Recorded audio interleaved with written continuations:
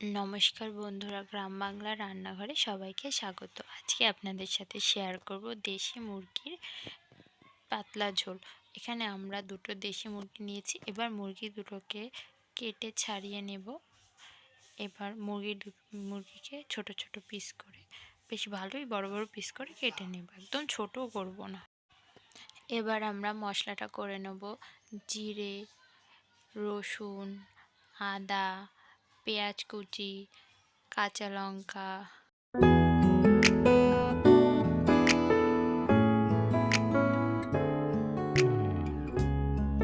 সব একসাথে ভালো করে বেটে নেব। যেহেতু মিক্সিতে বাটবো তাই সামান্য একটু জল দিয়ে দেব।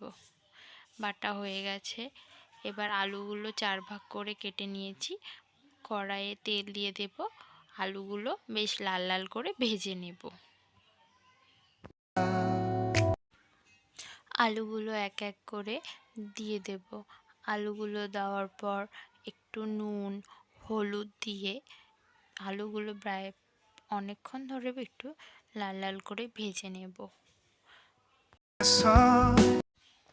আমার এই রান্নার চ্যানেলে প্রায় সব ধরনেরই রান্না করা হয়। আপনারা একটু দয়া করে চ্যানেলটি ঘুরে যাবেন, রান্নাগুলো দেখবেন। যদি ভালো লাগলে লাইক কমেন্ট শেয়ার করবেন। আপনারা চাইলে বলতে পারেন কোন কোন রেসিপি আপনারা দেখতে চান।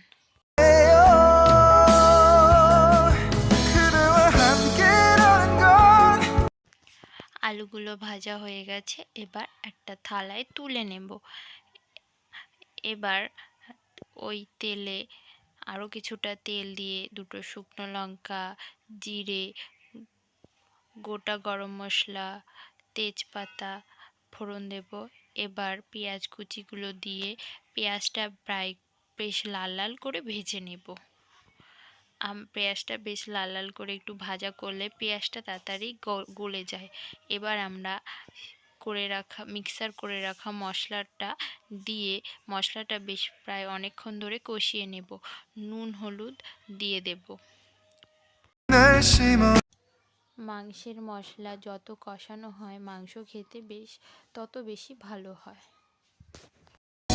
세상에서 제일 행복한 순간 널 만나 참 다행인 거야। মশলা কষানো হয়ে গেছে। এবার আমরা মাংসগুলো দিয়ে দেব। দিয়ে প্রায় অনেকক্ষণ ধরে কষিয়ে নেব। যেহেতু এটা দেশি মুরগির মাংস তাই আমাদের কষাতে প্রায় অনেকটা সময় লাগবে। দেশি মুরগি প্রায় অনেকটাই খাসির মাংসের মতো শক্ত হয়। এটাকে অনেকটা সময় ধরে কষিয়ে কষিয়ে ভালো করে সেদ্ধ করে রান্না করতে হয়।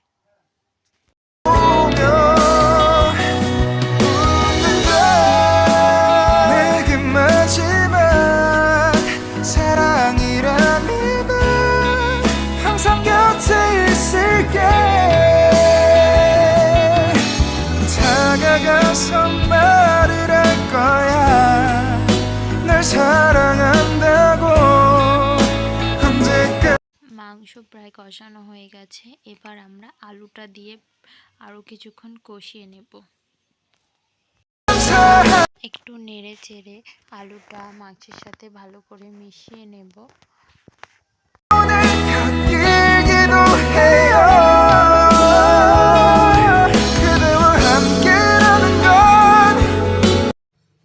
মাংস কষানো হয়ে গেছে। এবার আমরা পরিমাণ মতো জল দিয়ে দেবো। জলটা প্রায় অনেকটাই লাগবে, যেহেতু এটা দেশির মাংসটা প্রায় অনেকটা শক্ত থাকে, তার জন্য মাংসটা প্রায় অনেকক্ষণ ধরে সেদ্ধ করে নেব।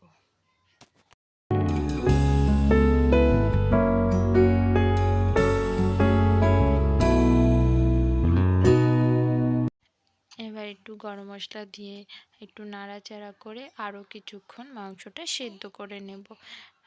মাংস হয়ে গেছে, নামিয়েও নিয়েছি। ভিডিওটা ভালো লাগলে লাইক কমেন্ট ও চ্যানেলটি সাবস্ক্রাইব করে পাশে থাকবেন। ধন্যবাদ।